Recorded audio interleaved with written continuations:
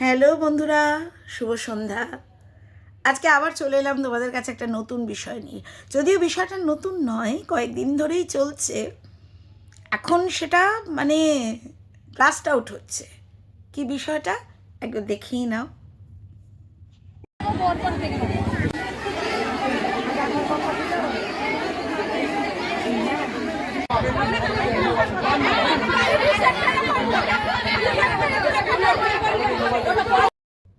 তো দেখলে তো কি বিষয়টা হলো অন্নপূর্ণা ভাণ্ডারে কেন সবাই টাকা পাচ্ছে না। তারা লক্ষ্মীর ভাণ্ডার পেত, এটাই হলো তাদের স্পেশাল ক্রাইটেরিয়া। কিন্তু সরকার কি বলছে? সরকার বলছে যাদের হাজবেন্ডরা সরকারি চাকরি করে বা পরিবারে একজন সরকারি চাকরি লোক আছে, যাদের পরিবার আইটি দেয়, অর্থাৎ ইনকাম ট্যাক্স রিটার্ন দেয় ইয়ারলি, আর হলো যাদের হ্যাঁ এটাই তো, আর যারা নিজেরা সরকারি চাকরি করে তারা, তার সাথে যুক্ত করেছে আশাকর্মীরা, সিভিক ভলেন্টিয়ার, প্যারা টিচার। এবার এদের সকলের প্রশ্ন হলো, আশাকর্মীরা যেমন সুন্দর বলছে যে কেন 5,000 টাকা বাড়িয়েছে, তো কী হয়েছে, তাতে কি আমরা বড়লোক হয়ে গেলাম? আমরা তো বড়লোক হইনি, আমরা এই 3,000 টাকার দাবিদার। অদ্ভুত এইসব যুক্তিগুলো, তাই না?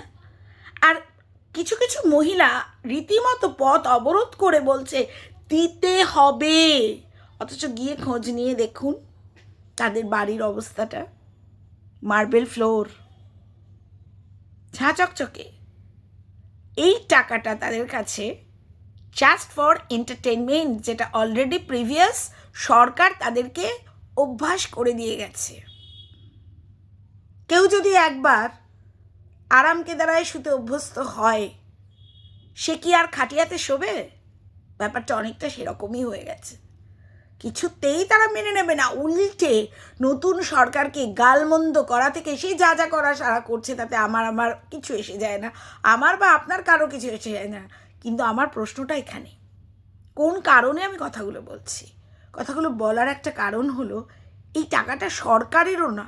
সরকার যে টাকাটা দিচ্ছে সেটা ট্যাক্স থেকে কালেক্টেড, সেই ট্যাক্সটা আমরা সকলে দিই, যারা ট্যাক্স পেই প্রত্যেকেই দিই। সেই টাকাটা কেন দেওয়া হয়? সামাজিক উন্নয়নের ক্ষেত্রে। তো এই জাতীয় মহিলা যাদেরকে দেখা গেছে সেগ্রিগেশনের ফলে they are not eligible for Annapurna Bhandar, তাহলে তাদের কোন উন্নয়নে কাজে লাগবে? এটা দেওয়া হচ্ছে সেই সব মানুষগুলোর জন্য যাদের সত্যি প্রয়োজন, যাদের আর্নিং সোর্স কিছু নেই বা বিলো পভার্টি লাইন, তারা এটা ডিজার্ভ করে, এবং সেক্ষেত্রে সমাজের কল্যাণ। কিন্তু এদের জন্য তো নয়। এই ট্যাক্সটা দেওয়া হয় সেই কারণেই। আর আগের সরকার বুঝিয়ে দিয়েছিল, না না, টাকাটা আমাদের নিজের টাকা, তাই তোমাদেরকে আমরা লুট করতে দিলাম। এখন লুটের টাকা আর পাচ্ছে না বলে এদের গাত্রদাহ। কিন্তু একবার বিচার করে দেখো তো, সবাইকে বলছি, যখন আমাদের সত্যিকারে ক্রাইম নিড আসবে, ফান্ড যদি শূন্য থাকে, তাহলে কোথায় কোন সেক্টরে টাকা দেওয়া যাবে?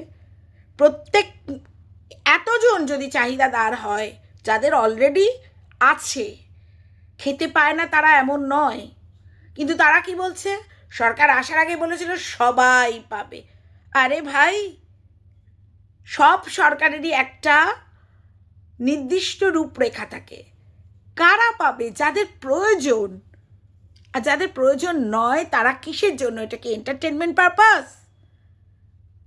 সবাই কমেন্টে একটু জানাও তো যে আমি কথাটা ভুল বলছি না ঠিক বলছি।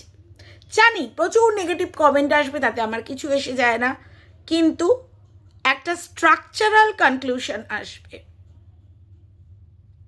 ঠিক আছে, তোমরা বলো, আমি শুনবো।